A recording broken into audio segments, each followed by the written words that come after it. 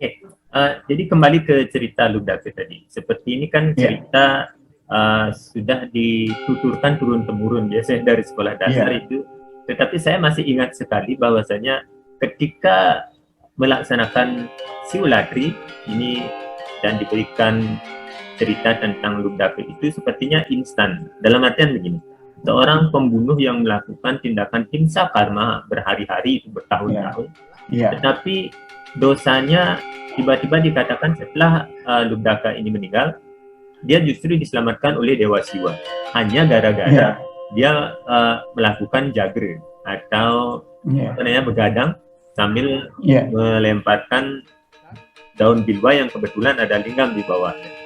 Ini prosesnya kalau kita tidak cermati, coba gali pemaknanya, pemaknaannya itu jadi terkesan orang melakukan siulatri itu hanya ingin pertama ini melakukan jagri, saya begadang saja, padahal kalau cuma begadang rasanya orang-orang yang melakukan mencik itu juga bahkan mungkin lebih kuat begadang. Itu bagaimana?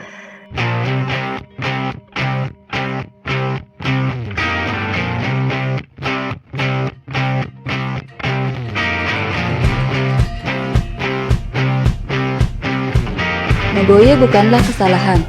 Sikap Meboye juga tidak usah terlalu dipermasalahkan. Maka silahkan Meboye jika itu menjadi pintu pembuka dan penyemangat kita untuk mendalami sesuatu lebih lanjut guna menemukan kebenaran sejatinya. Tetapi jangan pernah Meboye jika Anda tidak mempunyai ulasan dan alasan yang lebih logis untuk tidak mempercayai isi konten video ini. Ini adalah video tentang opini, analisa, dan sudut pandang yang kemungkinan bisa sama atau bahkan jauh berbeda dari apa yang Anda pikirkan. Maka hargai perbedaan dan silahkan tulis sudut pandang Anda di kolom komentar. Om Swastiastu. Om Swastiastu. Ini saya nama Saraswati nama Sri Guru Bhyo Namaha Hari. Baik, pada hari ini kita akan coba berbincang dengan Bapak Wayan Suja selaku pemerhati dan penulis beberapa buku-buku dulu seperti Memahami Agama Lewat Pemahaman Saya, Titik Temu Iptek dan Agama Hindu, Suara-Suara Sembang Terhadap Hindu, Rumah Tatwa, dan masih banyak lagi beberapa buku yang mungkin pada kesempatan lain nanti kita akan coba bahas satu persatu. Nah, bertepatan dengan hari ini di awal tahun baru tanggal 1, ternyata kita di Hindu etnis Bali itu ada sebuah perayaan khusus yang nanti kita rayakan hari ini, yakni malam siulatri. Tetapi di masyarakat saya lihat ini mungkin masih ada kaitannya karena kita sering dipertontonkan beberapa sinetron atau informasi-informasi dari agama lain tentang penebusan dosa, pemudihan gitu. Jadi masyarakat kita secara tidak langsung beberapa kaum remaja itu menganggap bahwa siulatri ini juga ada kaitannya dengan pemudihan. Masih ada orang beranggapan itu. Nah, apakah memang demikian? Nanti kita akan coba bahas. Karena ini menarik bagi saya. Yang pertama, mengawali tahun itu kita seakan diajak merenung untuk permulaan. Lah mungkin kita banyak tahu dari 2020, 2021 ada alur kehidupan yang bagaimana ya, bagi manusia itu membuat banyak sekali perubahan drastis. Nah, bagaimana kita facing ini 2022 dengan nuansa spirit baru yang dimana kita juga di dalam spiritual nantinya bisa lebih menumbuhkan kesadaran itu secara lebih baik. Nanti kita akan ulas. Kita dengarkan dulu khotbah dari Bapak Wayan Suja. Semoga ini bisa dijadikan perenungan untuk malam siulatri dan hari-hari berikutnya, karena kalau kita mengawali hari dengan pemahaman yang lebih baik, kita berharap nantinya hari-hari selanjutnya juga bisa di step kita melangkah menjadi pribadi yang lebih baik lagi. Silakan. Ya, terima kasih di Wirahari. Saya lebih suka menyebut hari ini adalah sebagai Maha Siwaratri. Mengapa? Karena yang namanya Siwaratri itu simbolnya kan munculnya setiap bulan, yaitu setiap Purwanining Tilem atau biasa dikenal dengan Caturdasi. Nah, kemudian kita melihat secara geografis kita yang ada di wilayah Indonesia ini itu memiliki hari di mana malamnya paling gelap gitu kan. Memang setiap Purwaning Tilem itu kan gelap gitu. Dan di antara gelap-gelap itu yang paling gelap itu adalah pada Purwaning Tilem Kepitu. Itulah yang kita akan lakukan pada malam ini, dan saya menyebut itu sebagai malam kesadaran gitu. Ya, karena kalau kita lihat di dalam Siwaratri Kalpa gitu kan, itu disebutkan Ian Matutur Ikang Atmo Rijatinie. Itu sungguhnya kan pemaknaannya kalau kita semakin memahami akan jati diri kita. Berarti di situ berkaitan dengan kesadaran akan diri kita.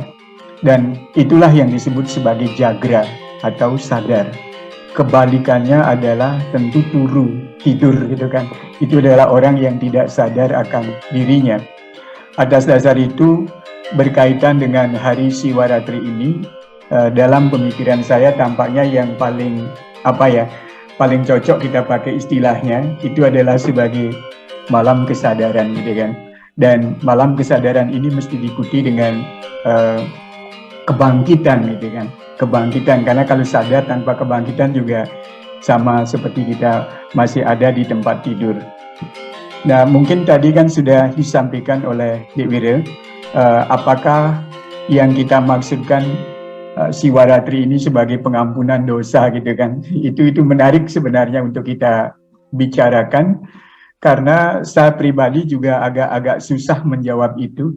Dalam artian apa? Dalam artian nanti takut gitu ya, takut disalahartikan oleh orang yang mendengarkannya gitu. Sebenarnya yang perlu kita perhatikan, kalau kita menjawab iya atau tidak, itu cenderung bisa disalahpahami. Oke lah, kita akan mulai, apakah benar bahwa yang namanya Siwaratri itu sebagai malam penebusan dosa gitu. Andaikan kita menjawab tidak gitu kan, andaikan kita menjawab tidak karena kita berpegang pada hukum karma, maka yang akan terjadi adalah Hindu itu akan dipandang sebagai agama yang fatalistik. Artinya apa? Bisa jadi Hindu ini tidak akan pernah nantinya orang mencapai kebebasan gitu. Kenapa? Karena hukum karma itu kan berlaku bahwa setiap perbuatan yang kita lakukan, baik buruk ataupun baik, itu akan mendatangkan pahalanya masing-masing. Sementara Hindu itu menuntut kita untuk mencapai kesempurnaan, sehingga nantinya bisa menyatu dengan Tuhan yang Maha Kuasa. Nah, kalau memang demikian berarti kan unsur negatif tetap saja ada. Terus bagaimana bisa mencapai kelepasan? Pasti begitu yang akan muncul, dan seolah-olah Tuhan itu menjadi tidak maha pengasih, tidak penyayang, tidak pengampun gitu kan. Dan itu bisa jadi juga akan membuat orang Hindu ini tidak memberikan jaminan bahwa kita bisa mencapai kelepasan, dan bisa jadi mereka akan berpindah ke keyakinan yang lain, di mana di tempat itu mereka dijamin dosa-dosanya diampuni kan gitu. Itu permasalahannya. Terus jika dijawab iya gitu misalnya, ini juga jadi masalah gitu. Manakala nanti mereka menelan mentah-mentah gitu kan. Oh, gampang banget kalau begitu gitu kan. Silakan saja dibuat dosa sebanyak-banyaknya gitu. Atau juga dengan satu hari begadang semalam suntuk, akhirnya dosanya semua diampuni gitu. Kalau seperti itu barangkali beragama kita masih kanak-kanak gitu kan. Apa yang saya maksudkan bahwa di balik semua itu sesungguhnya ada pesan yang perlu kita pahami, bahwa cerita tentang Lubdaka, tentang Nisada dan tokoh-tokoh lain gitu ya, yang dipandang sebagai orang-orang yang berdosa, itu kan sebenarnya ditulis dalam bentuk karya sastra.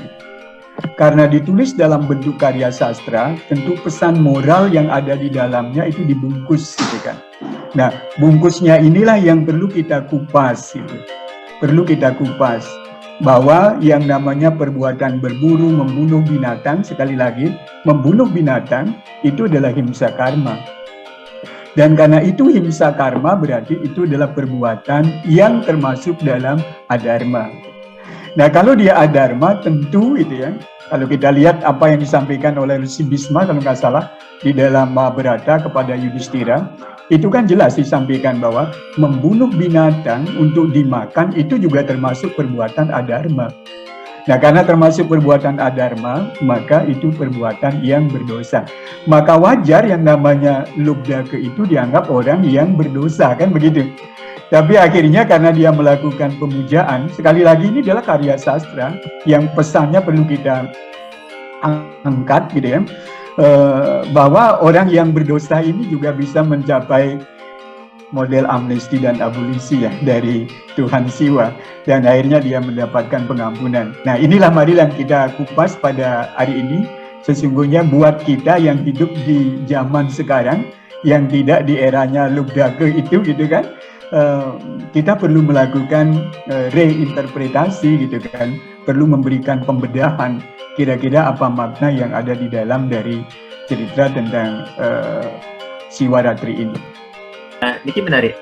Kalau dalam ini disebut sebagai bagian dari kajian sastra, maka cerita Lubdaka ini, jika Lubdaka dikatakan sebagai tokoh dalam tanda kutip yang perbuatannya melanggar dharma karena dia sering melakukan pembunuhan tiap hari.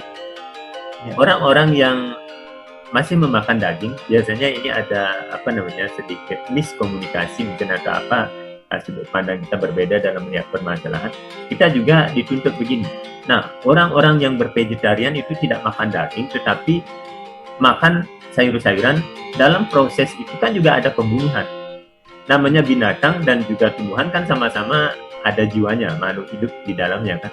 Kenapa hanya pembunuhan kepada binatang saja dikategorikan sebagai tindakan himsa karma?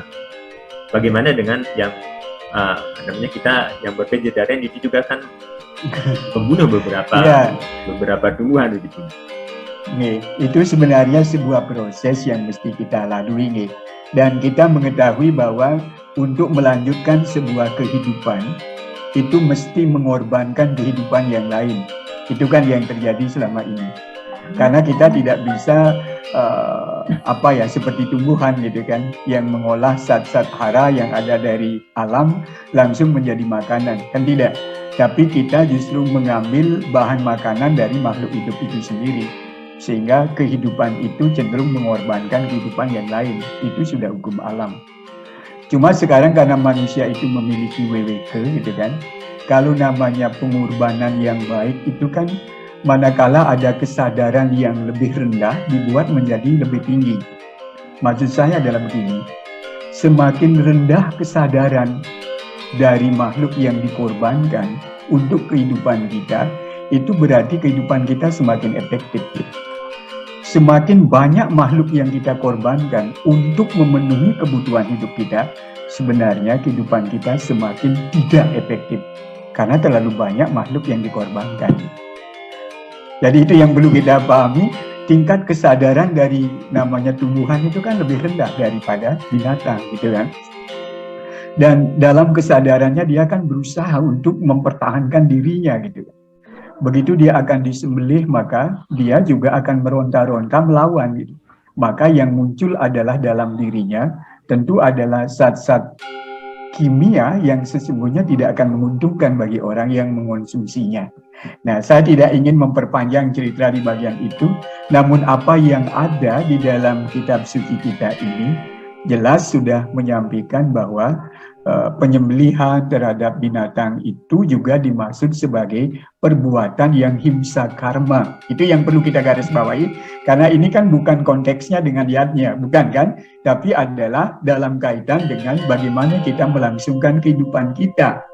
Dan itu adalah bertahap, gitu ya. Jadinya orang belajar itu kan seperti naik tangga gitu ya. Kalau sudah nanti kita merasakan perlu tampaknya kesadaran sudah cukup segini, saya tidak mau lagi lebih banyak mengorbankan makhluk hidup yang lain, ya dipersilakan gitu. Jadinya jangan juga dihalangi orang yang ingin dia mengurangi makan daging, karena yang tahu nanti bagaimana khasiatnya adalah orang yang melakukan itu gitu kan. Itu yang perlu kita pikirkan gitu. Jadi kembali ke cerita Lubdaka tadi, seperti ini kan cerita sudah dituturkan turun-temurun biasanya dari sekolah dasar itu. Tetapi saya masih ingat sekali bahwasanya ketika melaksanakan siulatri ini dan diberikan cerita tentang Lundaka itu sepertinya instan. Dalam artian begini, seorang pembunuh yang melakukan tindakan himsa karma berhari-hari, bertahun-tahun, tetapi dosanya tiba-tiba dikatakan setelah Lundaka ini meninggal, dia justru diselamatkan oleh Dewa Siwa hanya gara-gara dia melakukan jagre atau begadang sambil melemparkan daun bilwa yang kebetulan ada lingam di bawahnya. Ini prosesnya kalau kita tidak cermati, coba gali pemaknanya, pemaknaannya itu jadi terkesan orang melakukan siulatri itu hanya ingin pertama ini melakukan jagre, saya begadang saja, padahal kalau cuma begadang rasanya orang-orang yang melakukan menciki itu juga akan mungkin lebih kuat begadang. Bagaimana penggalian? Itu menariknya sebenarnya. Saya sudah sampaikan tadi, karena dia dikemas dalam bentuk karya sastra gitu kan. Karya sastra itu kan memang kecenderungannya begitu ya, dibuat supaya tiba-tiba muncul gitu kan. Kalau datar-datar saja nanti tidak menarik untuk dibaca kan gitu. Nah, tapi di balik itulah mesti kita melakukan kupasan-kupasan sesuai dengan zaman gitu. Maka saya berpikir bahwa yang namanya karya sastra itu dia baru akan memiliki pemaknaan yang tepat manakala dia diberikan penafsiran sesuai dengan zaman, yaitu zaman orang yang memberikan penafsiran itu. Tapi kalau misalnya zamannya Lundaka yang zaman dulu ya sekarang menjadi bermasalah. Kenapa? Karena sangat sedikit kan orang yang pekerjaannya dalam berburu seperti itu gitu. Sedangkan kehidupan kita yang sekarang ini juga sebenarnya adalah pekerjaan berburu kan gitu. Mari kita simak dulu satu-satu pemaknaan dari apa yang ada di dalam Siwaratri ini gitu kan. Kalau kita perhatikan Siwaratri ini, itu maknanya kan Siwa tentu di situ dimaknai sebagai Tuhan Siwa itu sendiri yang Maha Pengasih, penyayang, dan kemudian bisa beliau melebur gitu kan. Karena fungsi beliau kan yang namanya perlina gitu. Sementara Ratri itu kan malam. Berarti kalau kita perhatikan Siwaratri itu kita sebut sebagai malam Siwa. Dan saya menyebut tadi adalah malam kesadaran. Kesadaran apa? Kesadaran bahwa jiwa kita ini Sang Hyang Atma yang pada hakikatnya sebagai percikan dari Tuhan yang Maha Kuasa gitu kan. Soham gitu kan, saya, so itu saya dan so itu Tuhan dan ham itu saya kan gitu. Jadinya ada percikan bahwa di dalam diri kita ada yang namanya kekuatan Siwa itu sendiri kan gitu. Nah sekarang mengapa dirayakan pada Purwanining Tilem? Lagi pula adalah Tilem kepitu gitu kan. Kalau kita tahu bahwa yang namanya Tilem itu lambang kegelapan, pemaknaannya adalah manakala hati kita dan pikiran kita diselimuti oleh kegelapan, maka pada saat itu satu-satunya cara yang terbaik adalah mendekatkan diri kepada Siwa itu sendiri. Dan itu menarik kan, kalau namanya Purwanining Tilem kepitu, makna pitunya itu kan dikaitkan dengan Sabta Timira. Karena Sabta 7, Timira itu kegelapan kan. Jadinya apa? Kapan saja unsur-unsur kegelapan pikiran, hati ada di dalam diri kita yang disebabkan oleh namanya surupa, dana, guna, kulina, yawana, sura, kasuran kan itu yang biasa kita pelajari dari SD. Maka pada saat itu mestinya kita sadarkan diri. Karena saya pikirkan bahwa yang cenderung memunculkan namanya kesombongan itu, orang biasa menyadari Sabta Timira sebagai kesombongan kan, itu kan sebenarnya punya potensi dia gitu kan. Katakanlah surupa itu kan cantik atau ganteng gitu kan. Sekarang cantik atau ganteng itu mestinya kan disyukuri gitu. Tapi yang sering terjadi adalah kecantikan atau kegantengannya itu justru dimanfaatkan untuk hal-hal yang tidak baik. Demikian juga dana yang namanya kekayaan gitu kan. Kekayaan itu kan sebenarnya bisa dipergunakan untuk apa? Sari Samuscaya juga mempergunakan di samping untuk tujuan dharma, arta, kama, Ingat juga adalah untuk kelepasan, diantaranya adalah untuk punya, kan gitu. Demikian juga guna kepintaran gitu. Bagaimana orang pintar itu bisa dijenana-yadnyakan, dalam artian adalah mengajak bagaimana orang lain juga bersama-sama menjadi lebih bisa, kompetensinya meningkat. Jangan sampai orang pintar justru membodoh-bodohi orang yang lain. Demikian juga berkaitan dengan kuliner gitu kan, yang biasa disebut darah biru, yang biasa disebut kasta tinggi gitu kan. Itu sungguhnya kan yang pertama mesti disyukuri ya. Kenapa? Karena orang-orang yang ada, katakanlah kehidupan lahir dalam keluarga Brahmana sebagai sebuah contoh, itu kan lingkungan gitu. Lingkungannya sebenarnya sudah menguntungkan bahwa beliau itu bisa akan semakin mendalami ajaran agama dengan lebih baik gitu. Tapi yang menjadi permasalahan kan bisa jadi gitu ya, potensinya itu tidak dimanfaatkan, tetapi justru adalah dipakai untuk meningkatkan egonya kan gitu, bahwa saya adalah keturunan darah biru. Itu sebagai sebuah contoh misalnya. Artinya apa? Potensi yang dimiliki itu jangan dipakai untuk membuat kita melekat dengan egoisme kita, tetapi adalah justru disyukuri. Karena potensi yang salah itu akan bisa menyebabkan sebagai sumber bencana. Bisa jadi adalah kemelekatan-kemelekatan pada hal-hal yang saya sampaikan tadi, itu akan membuat orang di mana potensi yang mestinya unggul justru menyebabkan kecelakaan lewat hidupnya. Itu yang kita tekankan dulu berkaitan dengan Siwaratri itu. Berikutnya mari kita simak berkaitan dengan Lubdaka gitu kan. Lubdaka itu kan simbolik dari pemburu yang penuh dengan dosa, dan dosa-dosanya tadi itu dimaknai karena dia himsa karma kan gitu. Nah, ini sebenarnya sebuah kesadaran bahwa semua orang yang terlahir di muka bumi ini, kalau kita lihat dari perspektif ajaran Hindu, itu kan karena ada karma ya, yang belum terselesaikan gitu.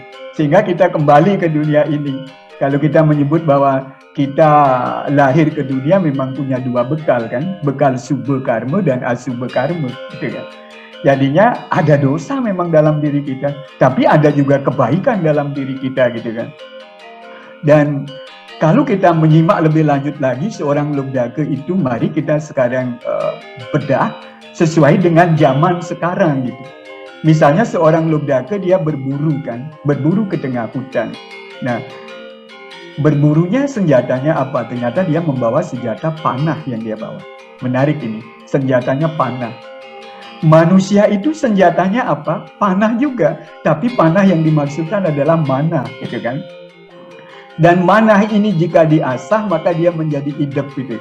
Nah, kalau kita perhatikan idep itulah yang kita sebut akal budi. Makanya kita di Bali ini memiliki tumpak landep kan gitu, supaya mempertajam akal budi kita menjadi seorang Lubdaka yang setiap saat mengasah panahnya itu gitu. Dan Lubdaka sendiri datang ke hutan itu, dia berburu, yang diburu itu binatang. Nama lainnya Sato. Sato ini juga mengingatkan kita kepada yang namanya Triguna, Satwam, Rajas, Tamas. Satwam gitu kan. Dari kata Satwam ini kan dekat dengan kata Sato itu sendiri gitu. Berarti yang jika memang dalam hidup ini kita bisa memburu budi Satwam dalam diri gitu. Karena dalam pemikiran saya gitu, yang ada di lingkungan ada di dalam diri kan gitu. Jadi mencari hutan sekarang tidak mungkin kita ke hutan yang dimaksudkan. Di kota juga sesungguhnya kita mengalami tantangan yang jauh lebih berat dari hutan itu. Dan masuk ke hutan diri kita juga jauh lebih hebat ketemu binatang gitu kan. Akhirnya apa yang terjadi? Yang diburu oleh Lubdaka itu apa? Ternyata gitu, saya melihat di situ yang dia buru pertama adalah gajah itu. Besar banget ini, dia membawa senjatanya panah, yang dia buru adalah gajah. Mari kita memberikan penafsiran misalnya ya, gajah itu kan biasa disebut dengan asti. Asti itu artinya kan benar, yang mengingatkan kita pada Aswatthama pada saat benarkah Aswatthama mati gitu kan. Akhirnya apa dibilang asti guru gitu. Nah, kata asti itu kan artinya dua, bisa berarti benar guru, tapi bisa juga artinya adalah gajah gitu kan. Nah, sekarang gajah itu sama dengan asti. Di Bali orang biasa menyebut astiti bakti.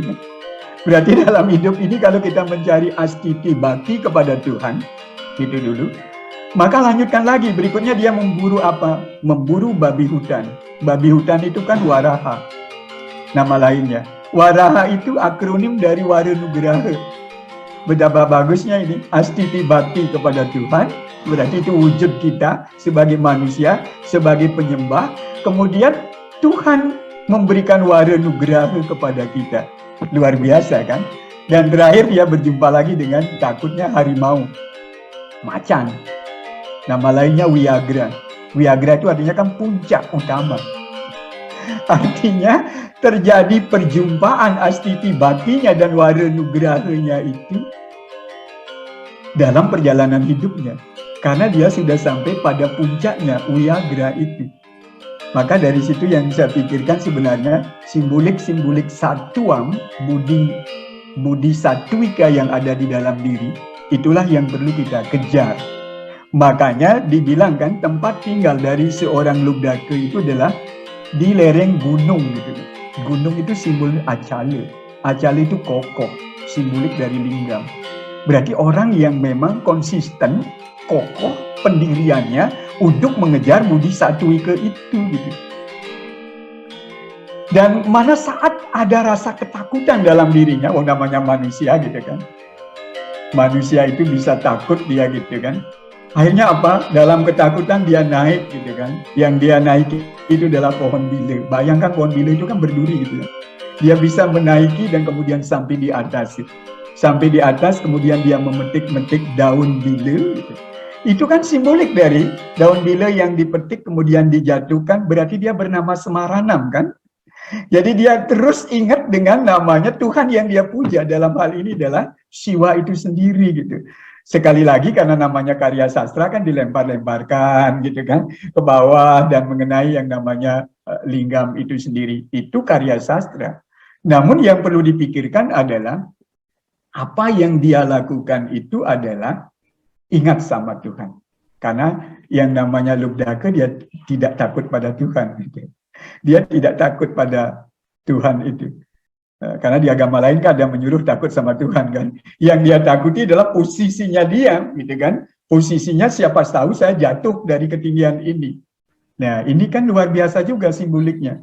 Kalau kita menyadari bahwa kelahiran kita menjadi manusia ini kan perjuangan berat gitu. Karena perjuangan berat harus melalui gitu kan. Melalui kehidupan yang sampai 8,4 juta ya jenis spesies harus kita lewati. Akhirnya kita menjadi manusia.